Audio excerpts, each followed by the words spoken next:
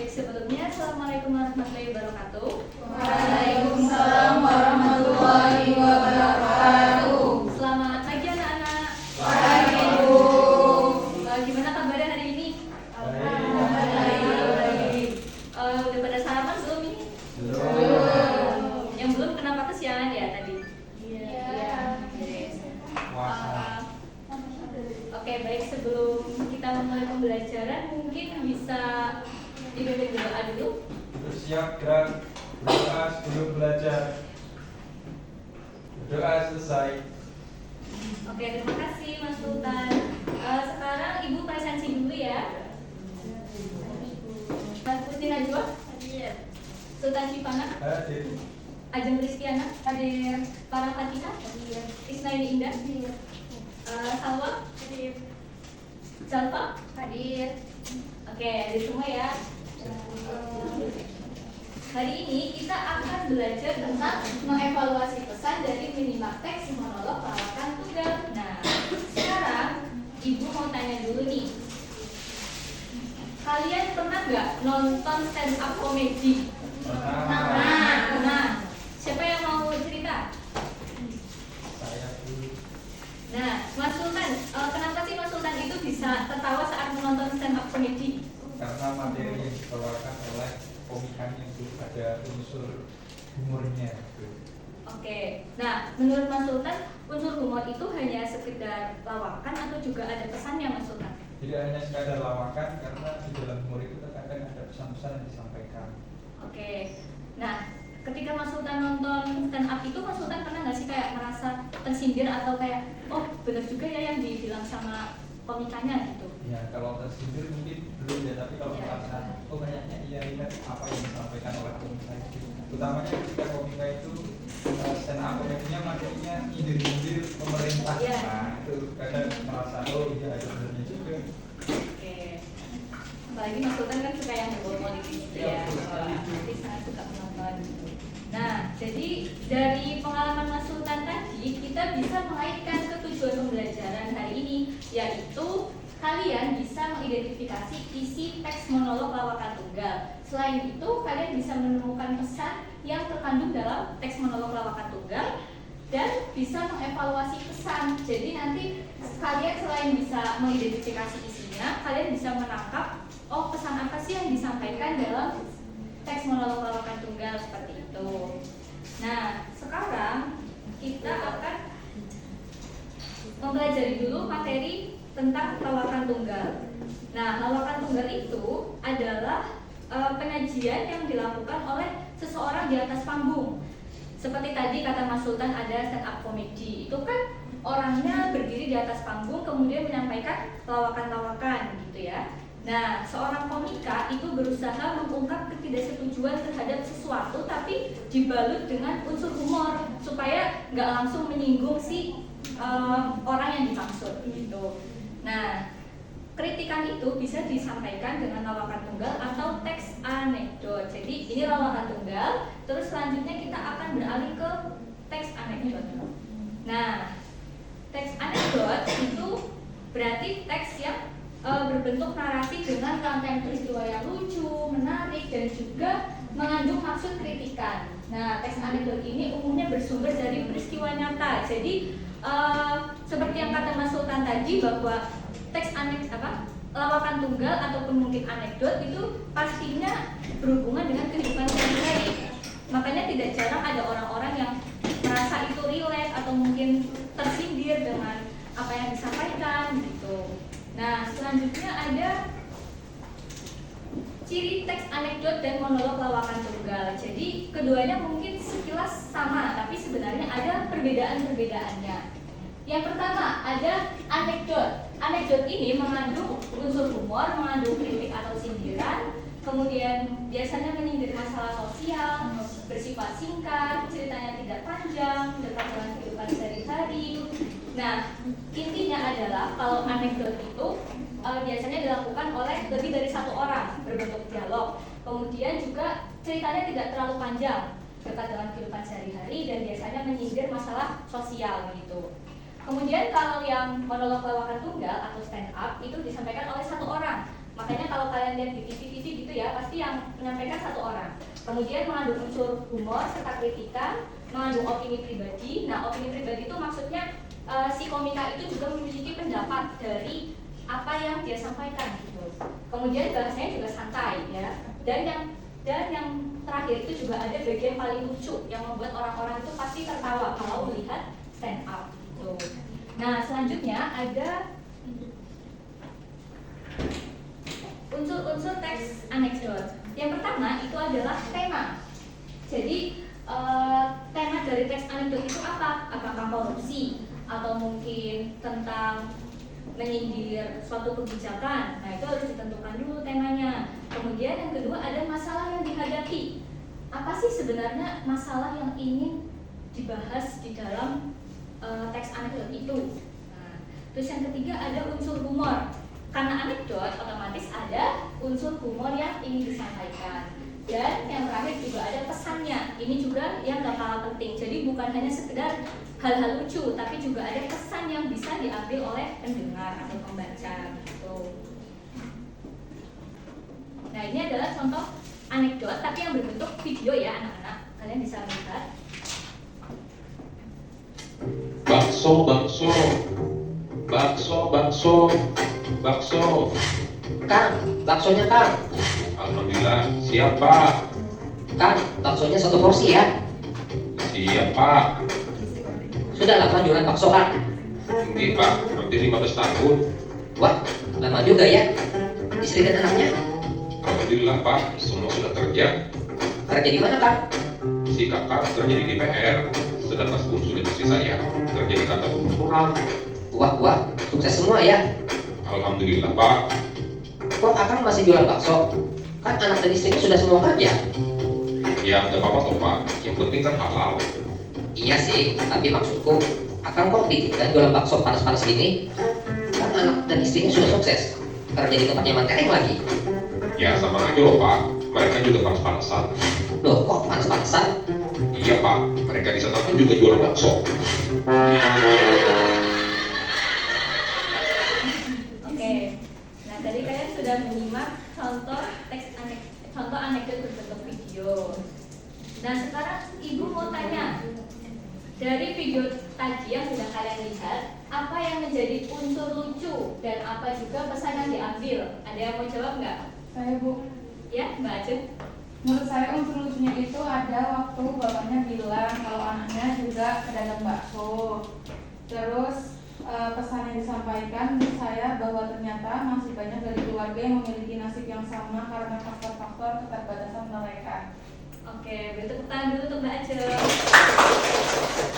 Ya, benar sekali ya. Jadi walaupun mungkin tadi videonya itu ada unsur lucunya, tapi juga ada pesan yang ingin disampaikan, yaitu bahwa ternyata masih banyak keluarga yang nasibnya itu masih sama. Misal orang tuanya tadi tukang bakso, ternyata anaknya, istrinya juga tukang bakso, cuma beda lokasi aja. Ada yang tadi di gedung DPR, ada yang di mana tadi ya. Nah, itu berarti menunjukkan bahwa nasib masing-masing keluarga itu ternyata masih ada yang sama begitu.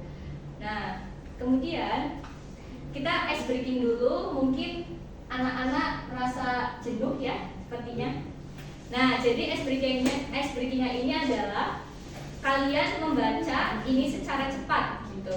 Jangan belibet, oke? Nah, mungkin bisa sambil berdiri ya anak-anak.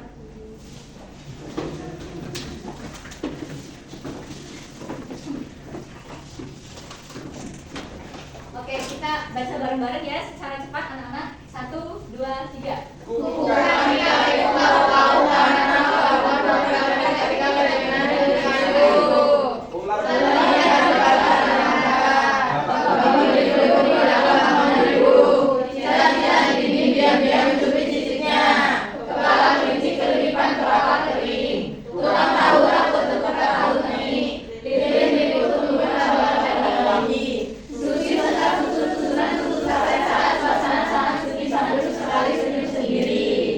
Oke, mau ulang lagi apa udah nih? Sekarang dulu ya. Gak usah, tadi Ibu sudah baca. Oke, bisa duduk lagi ya anak-anak. Oke, itu tadi buat melatih lidah kalian supaya supaya bisa tidak beribet ya.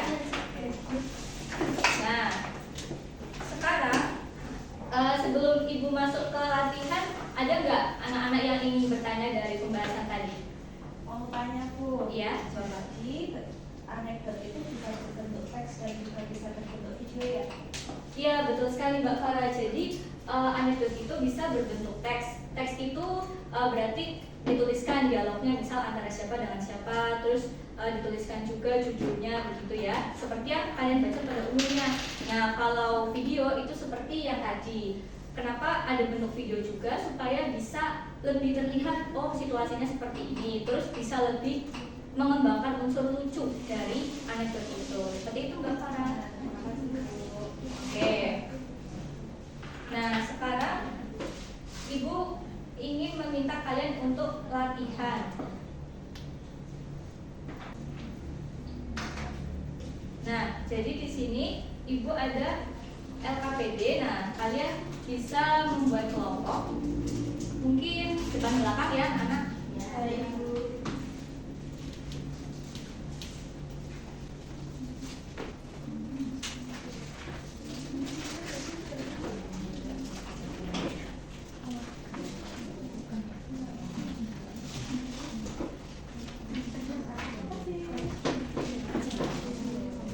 Oke, Ibu kasih waktu 15 menit ya anak-anak.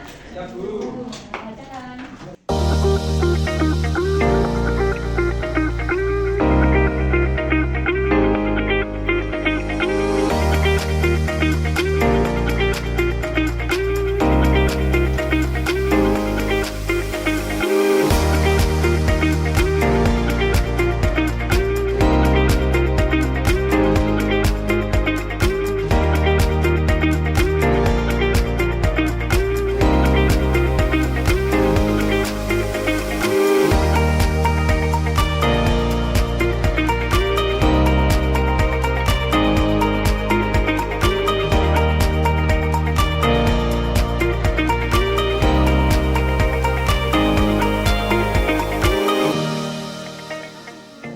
Anak-anak sudah semua persiapannya? Sudah. Dan Mungkin Ibu pengen minta ada kelompok yang maju, kelompoknya Mbak Isna saja yang lagi ngobrol-ngobrol itu. Isna ngobrol terus.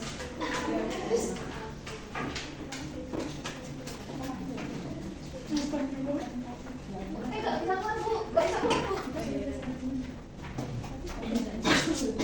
Assalamualaikum. Assalamualaikum warahmatullahi wabarakatuh. Waalaikumsalam warahmatullahi wabarakatuh. Kami dari kelompok 1 izin mempresentasikan hasil diskusi kami yang akan dibacakan oleh Mbak Isna. Judulnya adalah Baju Termahal. Lalu tema dari teks anekdot ini yaitu korupsi di halaman pejabat politisi. Masalah yang dihadapi banyak politisi menyalahgunakan kekuasaan negara. Nah, unsur humornya baju termahal di Indonesia adalah baju tahanan KPK. Pesan yang dapat diambil yaitu mengingatkan bahwa tindakan korupsi merugikan negara dan masyarakat. Sudah Ibu. Oke, nah Ibu mau tanya, kalian cara mengerjakan tadi bagaimana langkah-langkahnya gitu? Langkah-langkahnya yang pertama kita membaca dulu ya Bu, teksnya seperti apa. Nah, lalu kita menangkap apa aja kira-kira isi dari yang ada pada teks ini. Kemudian kita kan bisa menangkap isi humornya, lalu ada pesan yang tersirat, kemudian dari kaidah kebahasaannya juga penting. Oke, kita tepuk tangan dulu buat kelompoknya Mbak Isna. Terima kasih Bu.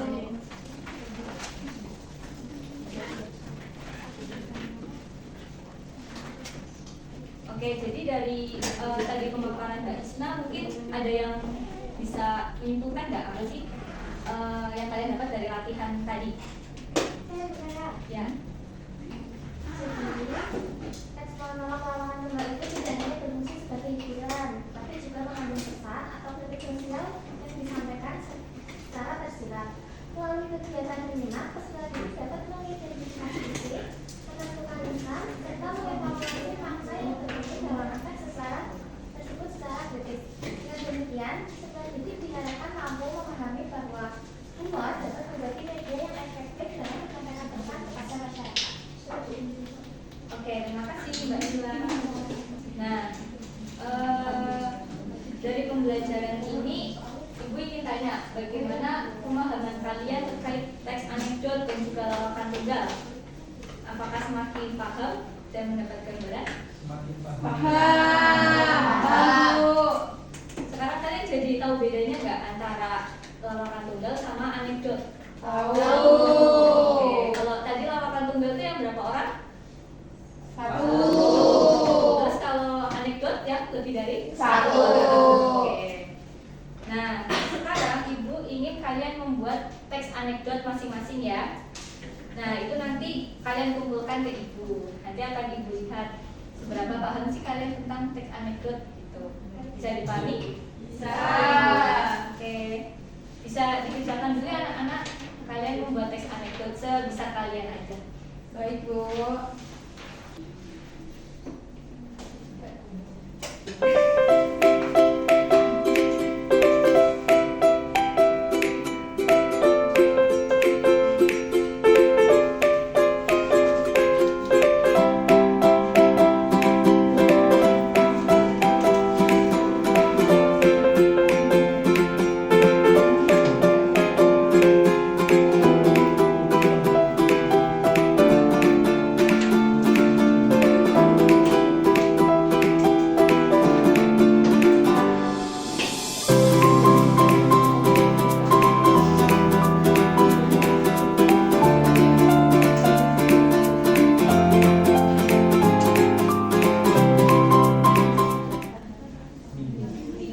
Oke, anak-anak sudah semua? Sudah. Oke. Nah, mungkin bisa dikumpulkan ya yang sudah kalian buat tadi. Terserah.